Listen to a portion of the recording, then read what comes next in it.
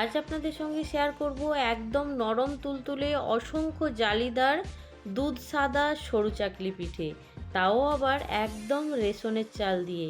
নমস্কার, কেমন আছেন সবাই? আশা করছি সবাই খুব ভালো আছেন, সুস্থ আছেন। মৌসুমি রকমারি রান্নাতে আপনাদেরকে আবারও একবার অনেক অনেক স্বাগত।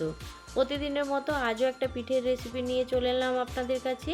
আর এই পিঠেটা দেখলেই মন ভরে যাবে। বন্ধুরা, শুধু পিঠেটা দেখুন, পিঠেটা দেখলেই মন ভরে যাবে। পিঠেটা দেখেই আপনারা বুঝতে পারবেন কতটা সুন্দর হয়েছে। যেমন অসংখ্য ছিদ্র, তেমন একদম দুধ সাদা নরম তুলতুলে।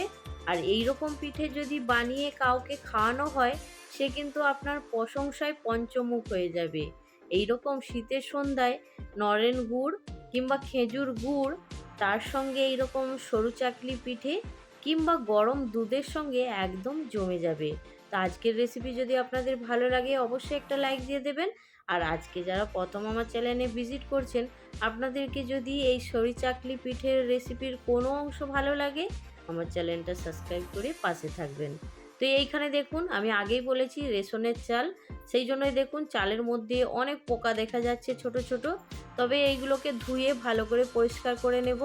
তো চলুন চালটাকে ধুয়ে ভালো করে পরিষ্কার করে 1 ঘন্টার মতো ভিজিয়ে রেখে দেব। যদি হাতে সময় না থাকে তাহলে কিন্তু গরম জলে একটু ভিজিয়ে রাখলে তাহলে কিন্তু 10 থেকে 15 মিনিটের মধ্যেই চালটা খুব ভালো করে ভিজে যাবে। তা আমি কড়ার মধ্যে ধুয়ে খুব ভালো করে তারপরে দেখুন একটা পাত্রের মধ্যে তুলে রেখে দিয়েছিলাম। 1 ঘন্টা পরে আপনাদের কাছে আবার ফিরে এলাম। তো এইখানে দেখুন চালটা সুন্দর একদম ভিজে গেছে। এবার এটাকে একটা মিক্সির বাটিতে নিয়ে সুন্দর করে একদম মিহি পেস্ট করে নেব। আমি মিক্সির বাটির মধ্যে চালগুলো এখন তুলে নেব, দিয়ে এর মধ্যে খুব সামান্য পরিমাণে একটু জল দিয়ে একদম মিহি পেস্ট করে নিয়ে আপনাদের কাছে ফিরে আসছি। কার কার সরু চাকলি পিঠে খেতে ভালো লাগে অবশ্যই কিন্তু কমেন্টে জানাতে পারেন।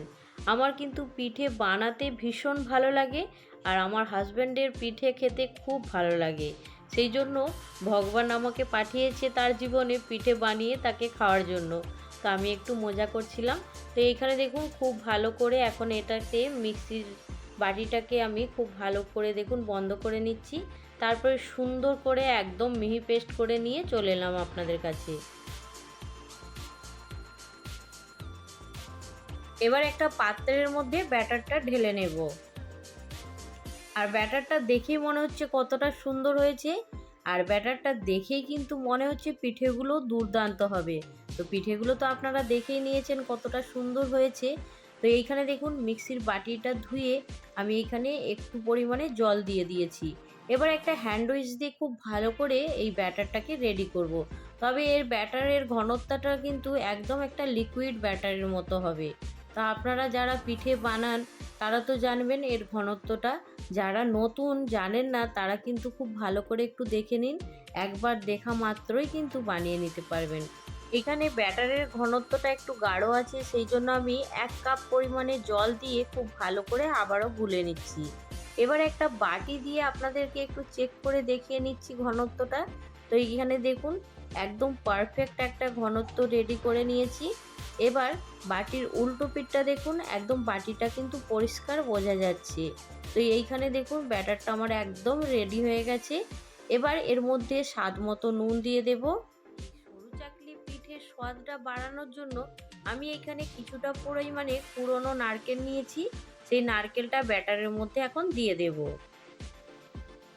যারা কোনোদিনও সরু চাকলির মধ্যে নারকেল না দিয়ে খেয়েছেন অবশ্যই একবার নারকেল দিয়ে খেয়ে দেখুন, খেতে কিন্তু ভীষণ ভালো লাগে। আর যারা দিয়ে খান তারা তো অবশ্যই জানবেন এর স্বাদটা কতটা ভালো হয়। তো এইখানে দেখুন নারকেলটা দিয়ে খুব ভালো করে গুলে নিয়েছি। তো এইখানে আমার সরু চাকলি পিঠে বানানোর ব্যাটারটা একদম রেডি হয়ে গেছে। তো এবার আপনাদেরকে বানিয়ে দেখাবো পিঠেটা কতটা সুন্দরভাবে পিঠেটা তৈরি হয়। তো এইখানে দেখুন আমি একটা প্যান আগে থেকে গ্যাস অন করে একটু গরম করে নিয়েছি।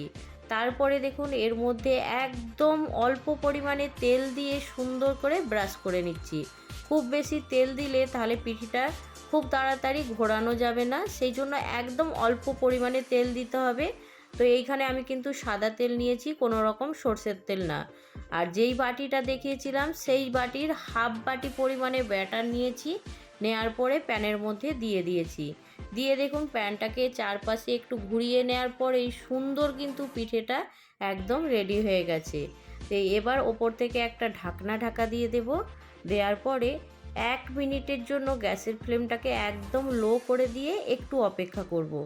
আর যখন পিঠেটা দেবেন তখন কিন্তু প্যানটাকে খুব ভালো করে গরম করে নেবেন, তাহলে যে এই সরু চাকলির মধ্যে যে জালি জালি হয়, অসংখ্য ছিদ্র হয়, সেটা খুব ভালোভাবে হবে।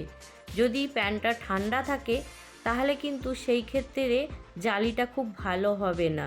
সেই জন্য অবশ্যই চেষ্টা করবেন প্যানটাকে একটু ভালো করে গরম করে নেওয়ার, তারপরেই ব্যাটারটা দেবেন। তো এইখানে দেখুন আমি 1 মিনিট হয়ে যাওয়ার পরে পিঠেটা খুলে আপনাদেরকে একটু দেখিয়ে দিচ্ছি। আর পিঠেটা দেখুন চারপাশ থেকে একদম সুন্দর ছেড়ে গেছে, আর পিঠেটা কিন্তু নিজে নিজেই প্যান ছেড়ে উঠে আসার চেষ্টা করছে। তা আপনাদেরকে একটু দেখিয়ে দিচ্ছি সামনে থেকে পিঠেটা কতটা সুন্দর হয়েছে। যদি ভালো লাগে অবশ্যই একটা লাইক দেবেন। তো আমি এখন পিঠেটাকে নামিয়ে নেব।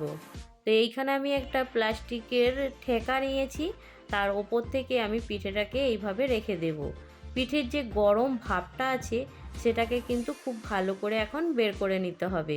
তো এইখানে সেই জন্যই রেখে দিয়েছি, যখন এটা ঠান্ডা হয়ে যাবে তারপরে সুন্দর করে ফোল্ড করে নেব। এখানে দেখুন সুন্দর করে পিঠেটা একদম ঠান্ডা হয়ে গেছে। এবারে এটাকে সুন্দর করে ফোল্ড করে নিয়েছি। ফোল্ড করে নেওয়ার পরে এখন এটাকে রেখে দেব। তো এইভাবেই আমি আরও একটা পিঠে বানিয়ে নেব। আবারও সেম একইভাবে পিঠেটা বানিয়ে নেব। আর পিঠেটা বানানোর সময় তাওয়াটা খুব ভালো করে গরম করে নিতে হবে, আর খুব সামান্য একটু তেল দিয়ে তেল ব্রাশ করে নিতে হবে। তারপরে ব্যাটারটা দেবেন, দেখবেন খুব সুন্দর পিঠেগুলো তৈরি হবে। তো এইখানে দেখুন আবারও একটা পিঠে আমি সুন্দর করে রেডি করে নিয়েছি। তো এটাকেও ঢাকা দিয়ে একদম গ্যাসের ফ্লেমটা স্লো করে 1 মিনিট অপেক্ষা করব। তারপরেই পিঠেটা কিন্তু সুন্দর রেডি হয়ে যাবে। দেখুন বন্ধুরা, এইখানে আমার এই পিঠেটাও কিন্তু একদম সুন্দর করে রেডি করা হয়ে গেছে। এবার এই পিঠেটাকেও তুলে নেব। আর আপনারা পিঠেগুলো দেখে বুঝতেই পারছেন কতটা সুন্দর হয়েছে। এবার পিঠেগুলোকে সুন্দর করে থালার মধ্যে সাজিয়ে নেব। তো আমার সব পিঠেগুলো সব রেডি হয়ে গেছে। তো আজকের এই রেসিপি আপনাদের কেমন লাগলো জানাতে কিন্তু একদম ভুলবেন না। ভালো লাগলে অবশ্যই একটা লাইক দিয়ে দেবেন। আর এইখানে দেখুন আমি গরম গরম পিঠের সঙ্গে একটু খেজুর গুড় নিয়ে নিয়েছি। এর এই পিঠের রেসিপি আপনাদের কেমন লাগলো জানাতে কিন্তু একদম ভুলবেন না। আর আপনারা কে কোথা থেকে আমার এই পিঠের রেসিপিটা দেখছেন অবশ্যই কিন্তু কমেন্ট করে জানাতে পারেন। আর পিঠেটা দেখে তো বুঝতেই পারছেন, পিঠেটা দেখলেই মন ভরে যাবে। তো আজকের এই পিঠের রেসিপি এইখানেই শেষ করছি। পরবর্তী পিঠের রেসিপি নিয়ে খুব তাড়াতাড়ি আরও একটা নতুন ভিডিওর সঙ্গে দেখা হবে। সবাই ভালো থাকবেন, সুস্থ থাকবেন, বাই।